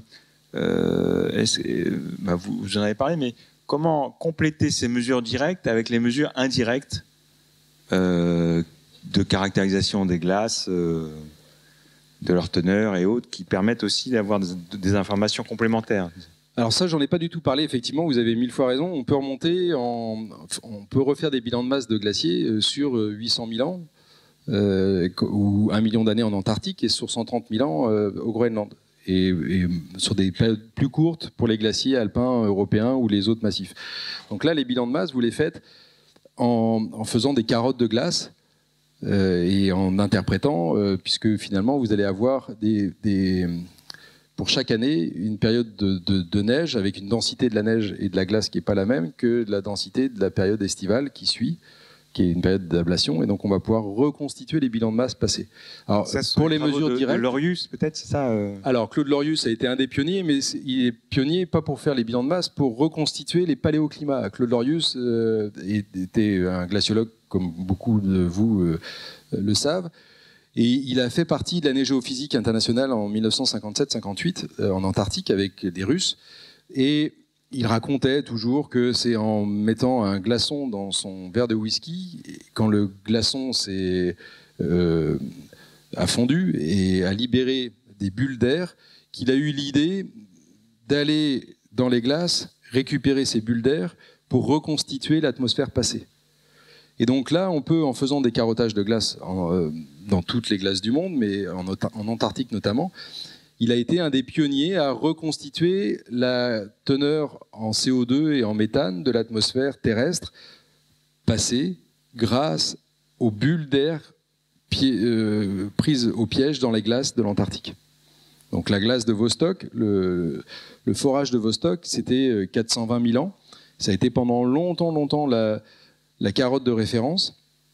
Et après, beaucoup plus tard, les Français et les Italiens à Concordia, au niveau de Domsée. Vous savez que la France possède une base à Dumont-d'Urville, sur la côte antarctique, en Terre Adélie. Et à l'intérieur du continent, il y a une base franco-italienne, Concordia. Et à côté de Concordia, ils ont foré au Domsée, parce que c'est là où l'épaisseur de glace en Antarctique est la plus importante, la plus épaisse. Ils ont remonté une carotte de 800 000 ans. Et donc ça a été donc pendant longtemps la carotte de référence, et maintenant on a pu forer encore un peu plus profondément et on remonte de la glace vieille de plus d'1 million d'années. Et donc les travaux sont encore en cours de reconstitution.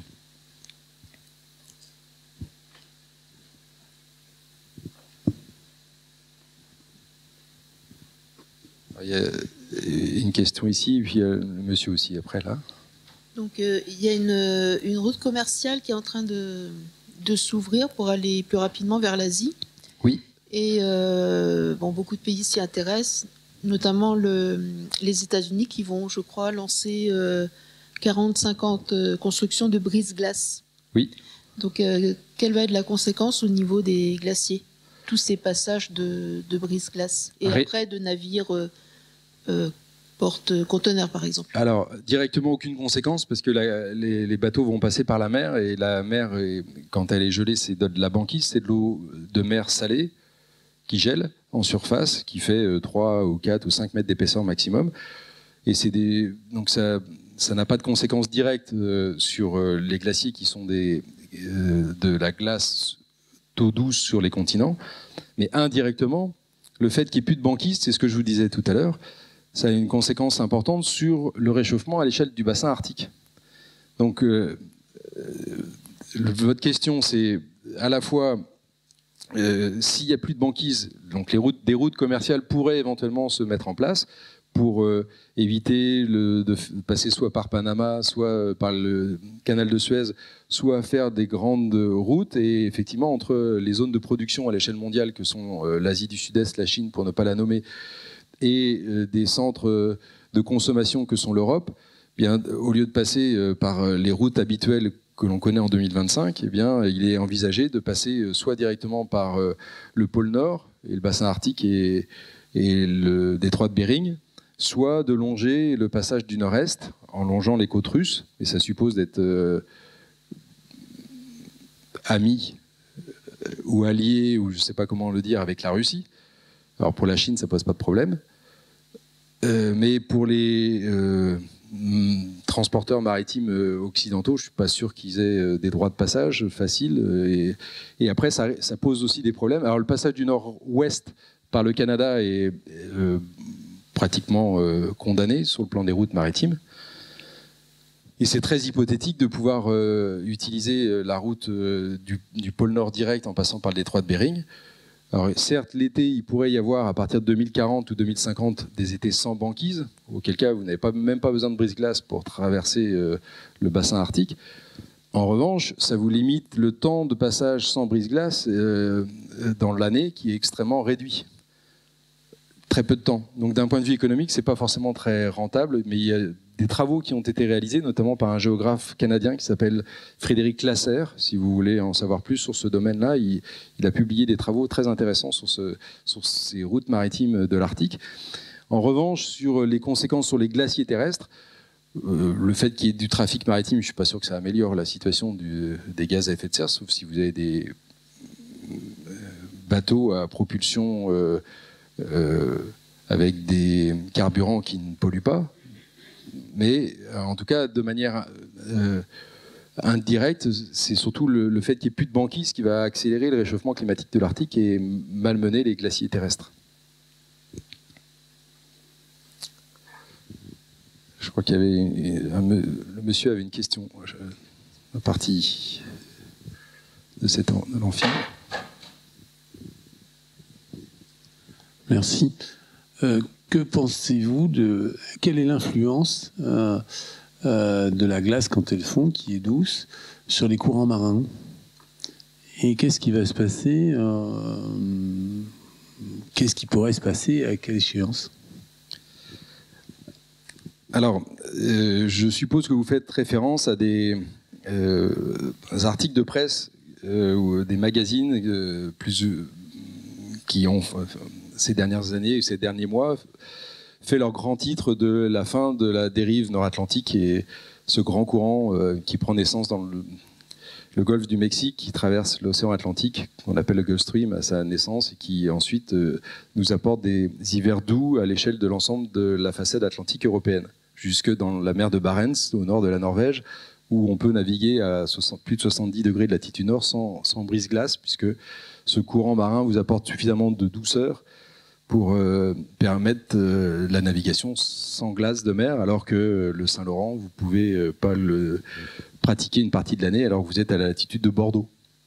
Donc ça, c'est la différence entre le courant marin chaud de la façade atlantique européenne et le courant de la mer de Baffin, un courant du Labrador, qui est un courant marin froid, qui vous apporte de la banquise, y compris à des latitudes moyennes.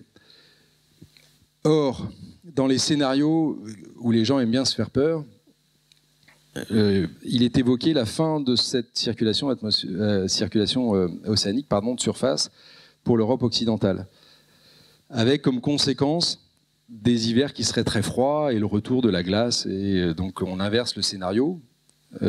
Alors, c'est ce qu'on appelle donc l'AMOC. C'est ce courant qui va ensuite se refroidir et plonger dans la partie du bassin arctique pour ensuite rejoindre le tapis océanique mondial. Et cette zone de contournement qui se situe au niveau de la mer de Barents actuellement peut être modifiée par des apports d'eau douce dans le bassin arctique qui va décaler cette zone où les eaux de surface chaude vont plonger en profondeur. Et ça aurait pour conséquence, effectivement, de modifier ces apports de chaleur pour l'Europe occidentale. Alors, les océanographes qui s'intéressent à ces questions ne savent pas encore quand le courant de la dérive nord-atlantique se ralentit. Ça, c'est attesté, c'est documenté. En revanche, savoir comment ça va quelles seront les conséquences pour les années 2050-2100 sur le climat européen, ça c'est très hypothétique et personne encore n'est tout à fait d'accord sur ce basculement qui pourrait avoir lieu à une échéance rapprochée. C'est déjà arrivé par le passé quand les grandes calottes glaciaires qui occupaient le Canada et une partie du nord des États-Unis d'Amérique, il y a 20 000 ans, se sont rétrécis, ont engendré à leur périphérie des grands lacs d'eau douce.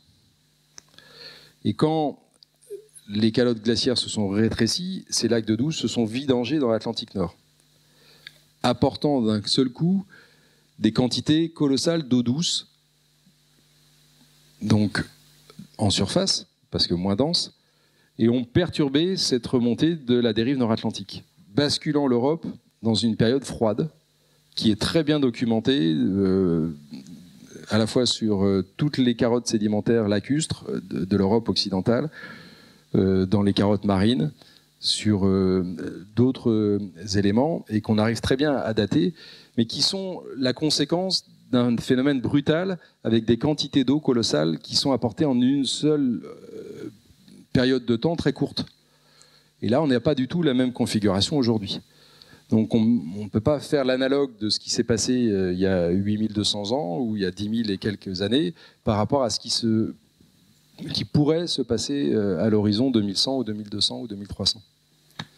Mais si vous voulez en savoir plus, il y a des études effectivement très sérieuses sur ce contournement de l'AMOC. Il faut aller lire les spécialistes de l'océanographie de surface et les modélisateurs qui essaient de travailler sur ces questions-là, mais jusqu'à présent, ça va pas. Les scénarios, personne ne valide le scénario où l'Europe serait à l'échelle ici, par exemple, de la Bretagne occidentale. On n'aurait pas le même climat que nos amis québécois de l'autre côté de l'Atlantique.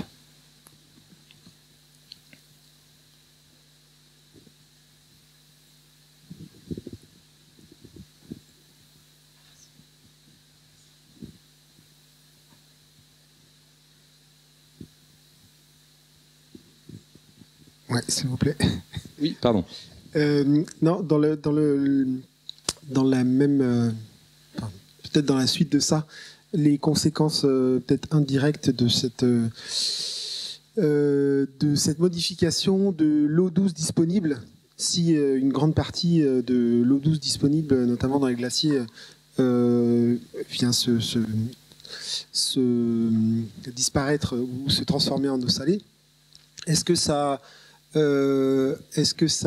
induit des changements dans les régimes de précipitation et globalement l'eau disponible, l'eau douce disponible facilement, c'est-à-dire sans désalinisation, etc. Pas uniquement à proximité des glaciers, c'est assez direct là ce que vous évoquiez en Asie, mais de manière plus globale que ça. Est-ce que ça a une conséquence? Non, parce que, comme vous le savez, la quantité d'eau est finie à la surface de la planète. Donc soit elle est sous forme liquide douce sur les continents, soit salée dans les océans.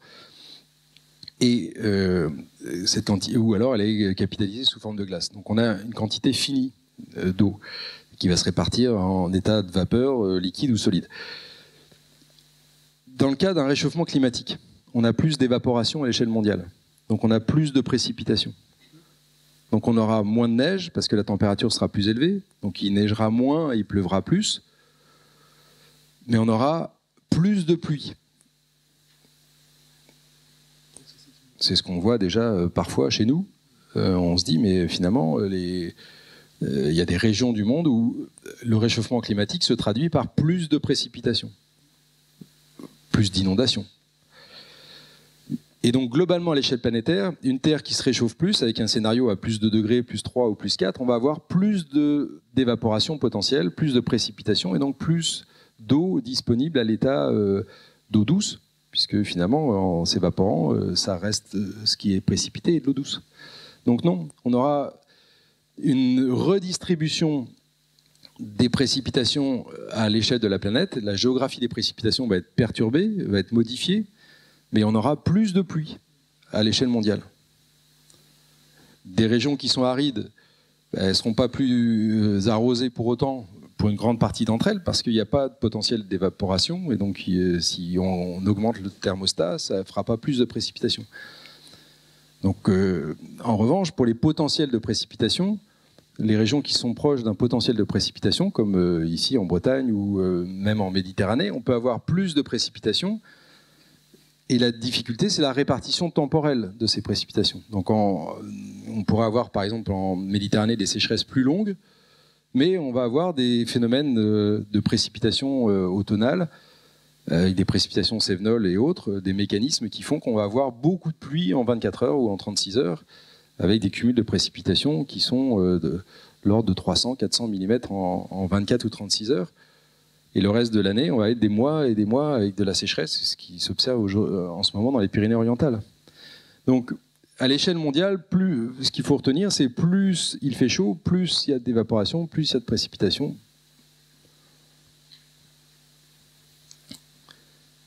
Oui.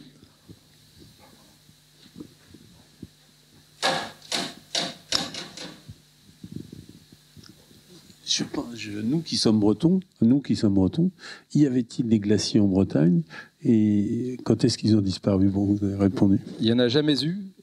Et pour la bonne et simple raison, c'est que pour avoir des glaciers, je vous ai dit, il faut 3 conditions. Alors éventuellement des topographies accueillantes, on pourrait en avoir en Bretagne, mais il faut beaucoup de neige et il faut qu'il fasse froid les étés qui suivent. Donc il n'y a jamais eu de glaciers en Bretagne.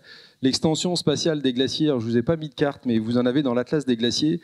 Dans l'Atlas des glaciers, vous avez des cartes de l'emprise spatiale des glaciers lors des périodes les plus froides du Pléistocène. Donc, si on prend le dernier maximum glaciaire, c'est il y a moins 20 000 ans.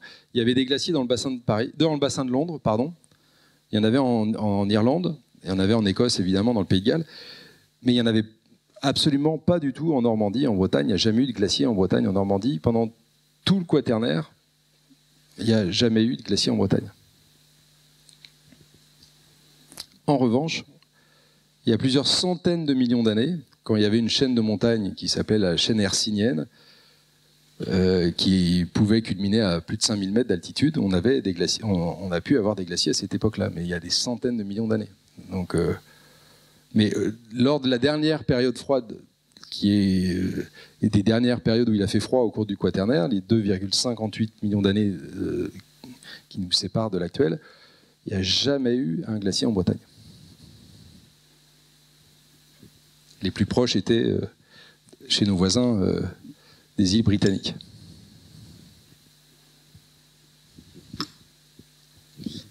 Oui, une question sur les glaciers qui sont aussi des ressources touristiques. Certains ont été mis en tourisme. Oui. Est-ce qu'on a des exemples durant les dernières décennies de glaciers ou de friches touristiques, en fait, de disparition de l'activité touristique? Alors, les glaciers sont, représentent des paysages magnifiques. Donc c'est aussi un appel touristique. Ça fait partie des argumentaires de l'argumentaire des agences de voyage, soit pour aller faire du ski l'été sur des glaciers, soit pour aller admirer des glaciers en Arctique ou en Antarctique, donc pour tous les croisiéristes qui vendent de la croisière, que ce soit en Arctique ou en Antarctique. Souvent, quand vous feuilletez les magazines et les sites internet qui vendent du voyage polaire, ce qu'ils mettent en avant, ce sont les glaciers. Et donc on a le glacier est un produit touristique. Quand les glaciers disparaissent, ça peut aussi devenir... Alors quand les glaciers sont en voie de disparition, c'est ce qu'on appelle le tourisme macabre, où les gens se précipitent pour aller voir le glacier avant qu'il ne disparaisse. Donc ça, c'est très bien documenté. Il y a une thèse d'un géographe qui s'appelle Emmanuel Salim sur le tourisme glaciaire, que je vous conseille de lire, qui est très intéressante. Et la troisième catégorie, si on peut procéder ainsi, ce sont les glaciers qui ont déjà disparu, pour lesquels on a posé des tombes, enfin, ou des stèles, ou des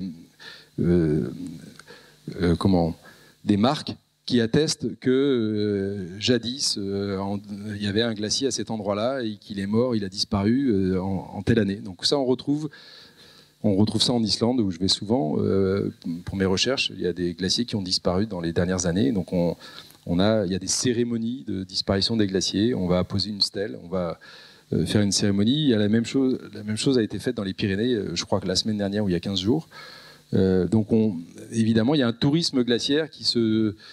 et on a aussi, dans le massif alpin européen, des parcs régionaux qui consacrent des salles entières pour sensibiliser le public à la relation entre le climat, le réchauffement climatique et la fonte des glaciers. Donc c'est effectivement, le tourisme glaciaire est quelque chose de très intéressant, étudié notamment aussi par des géographes. Les géographes s'intéressent à tout. On fait de la géographie de tout, comme on peut faire de l'histoire, je crois, de tout et n'importe quoi. Et donc les géographes se sont aussi intéressés à ce tourisme glaciaire. J'y consacre une double page dans l'Atlas des glaciers aussi, pour faire écho à ça, à cette dimension-là. Mais donc il y a de tout. Et il y a aussi eu des enquêtes pour voir la motivation des personnes qui allaient voir les glaciers, pour savoir pourquoi ils y allaient. Donc ça fait partie des enquêtes qui ont été réalisées par Emmanuel Salim et d'autres géographes un peu partout, en Nouvelle-Zélande, en Islande, dans le massif alpin européen. Monsieur... Excusez-moi, j'ai une question. Une question. Certains voient le réchauffement climatique comme une opportunité au Groenland. Ces sols qui sont libérés par les glaces, est-ce qu'ils présentent des qualités intrinsèques ou des fragilités? Ils ont dû être défoncés quand même par les effets du glacier. Donc ces sols libérés, est-ce qu'ils constituent une opportunité? Alors, les sols en eux-mêmes, non, mais les sous-sols, oui. C'est-à-dire la roche, qui n'est plus couverte par les glaciers, possède des terres rares, des minerais, notamment des minerais indispensables et des terres rares indispensables pour nos smartphones, pour d'autres usages en électronique. Mais il y a aussi de l'or, il y a d'autres éléments intéressants dans le sous-sol groenlandais. Et donc, le fait de libérer la glace permet un accès plus facile aux ressources. Mais sur les littoraux, est-ce qu'il n'y a pas un effet d'érosion qui serait décuplé du fait justement de ces sols un peu décomposés par la glace? Alors oui, mais pas forcément au Groenland, où là on a des affleurements rocheux qui sont plutôt de la roche dure. C'est beaucoup plus vrai dans l'Arctique canadien, qui est composé de dépôts morainiques, et sur les rives sud de la baie dans la région du delta du Mackenzie, par exemple, ou de la péninsule de Tuktoyaktuk, là, il y a effectivement des phénomènes d'érosion très importants. Sur l'île d'Herschel Island aussi, il y a énormément d'érosion liée au fait qu'il n'y ait plus de banquise. Et donc, il y a plus d'érosion, il y a moins de glaciers, et les terres reculent liées à l'érosion du trait de côte. Mais là, c'est beaucoup plus vrai sur la partie de l'archipel canadien et de la partie en allant vers l'Alaska. plus que pour le Groenland qui présente des configurations géomorphologiques différentes. Je crois qu'il y avait une main levée tout en haut de l'amphi.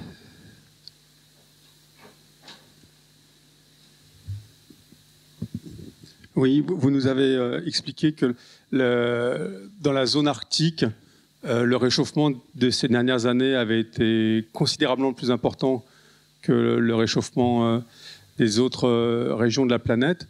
Est-ce que c'était déjà modélisé dans les scénarios que vous nous avez proposés, ou est-ce que c'est un constat récent qui est de nature à amplifier les perspectives?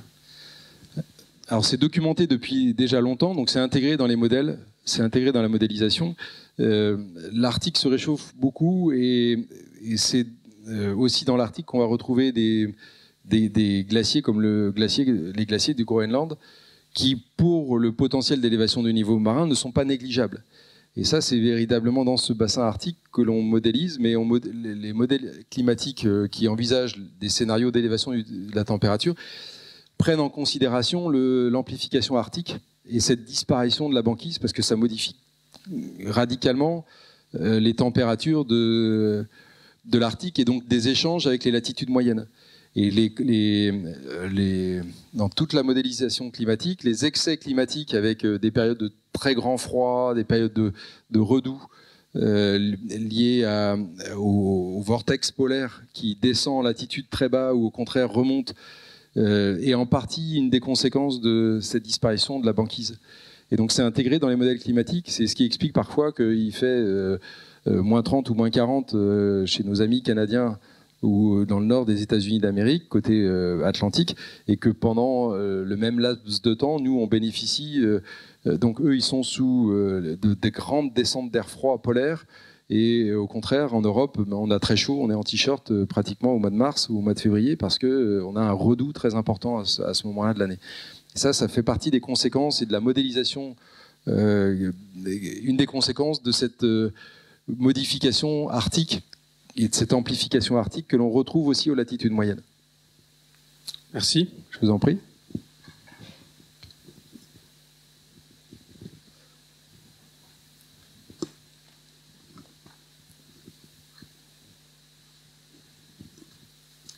En Islande, il y a plusieurs volcans sous-glaciaires qui sont en équilibre, on va dire, avec la pression de la glace. Donc, est-ce que certains pensent qu'avec la fonte, ça pourrait libérer en fait la pression et déclencher plus d'éruptions? Est-ce que on sait un peu où serait la limite?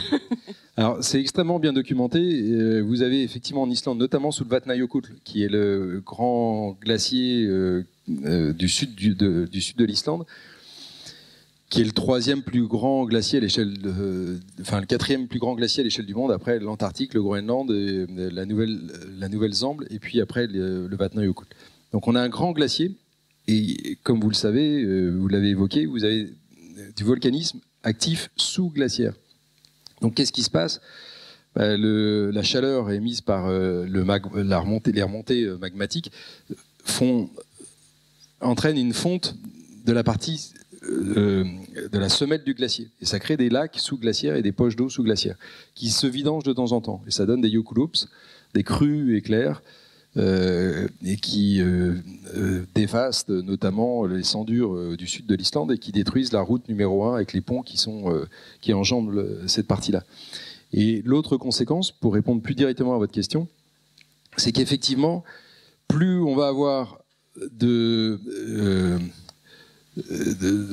chaleur émise sous le glacier, plus ça va le faire fondre et plus ça va le déstabiliser.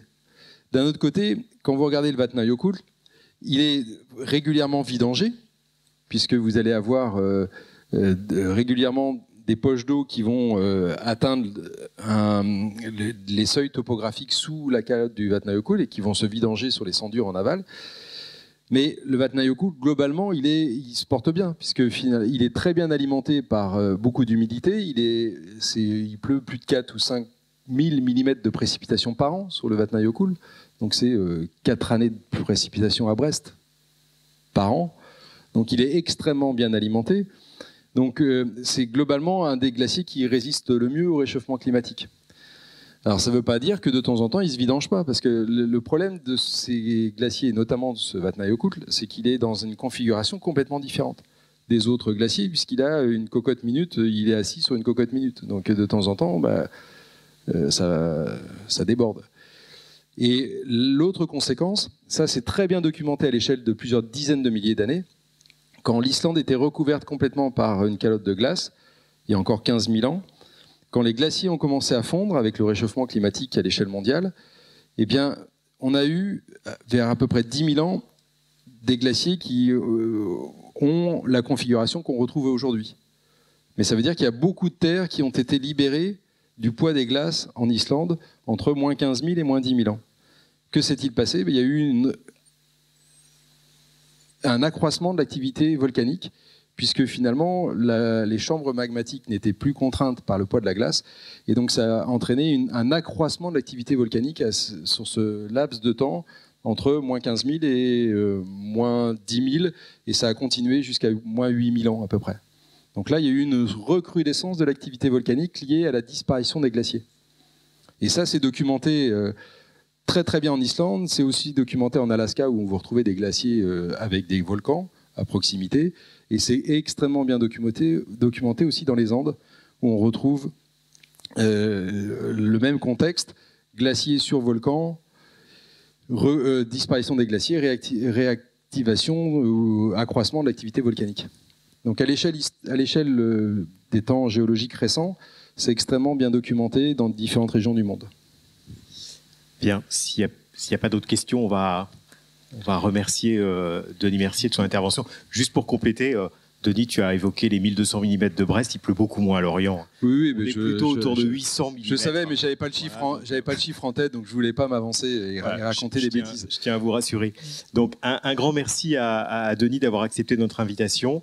Alors avant, pour celles et ceux qui le souhaitent, l'Atlas il est disponible et donc il y a un terminal de paiement par carte bancaire et vous pouvez le faire dédicacer par l'auteur.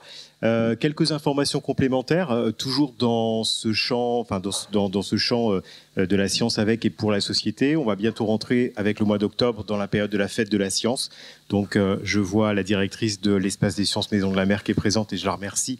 Il y a tout un programme sur le territoire morbihanais et en particulier à l'UBS. À Lorient, la nuit de la science, c'est le 3 octobre à partir de 18h et jusqu'à pas d'heure. Ça se déroule à la faculté des sciences, mais il y a aussi des collègues et des étudiants de la faculté des lettres, langues, sciences humaines et sociales qui y participent. Et la faculté organise aussi un événement hors les murs à Plouay, le mardi 7 octobre, autour d'apprendre à mieux apprendre, les sciences cognitives au service de l'apprentissage. Donc voilà, qu'est-ce que c'est que faire de la recherche sur les sciences cognitives notamment en sciences humaines et sociales. Et puis, le programme de Planète Conférence, il est à votre disposition ici si vous voulez récupérer le petit marque-page. Et la prochaine conférence, c'est le 14 octobre. Voilà. Encore un grand merci à Denis Mercier et belle et bonne soirée à toutes et à tous.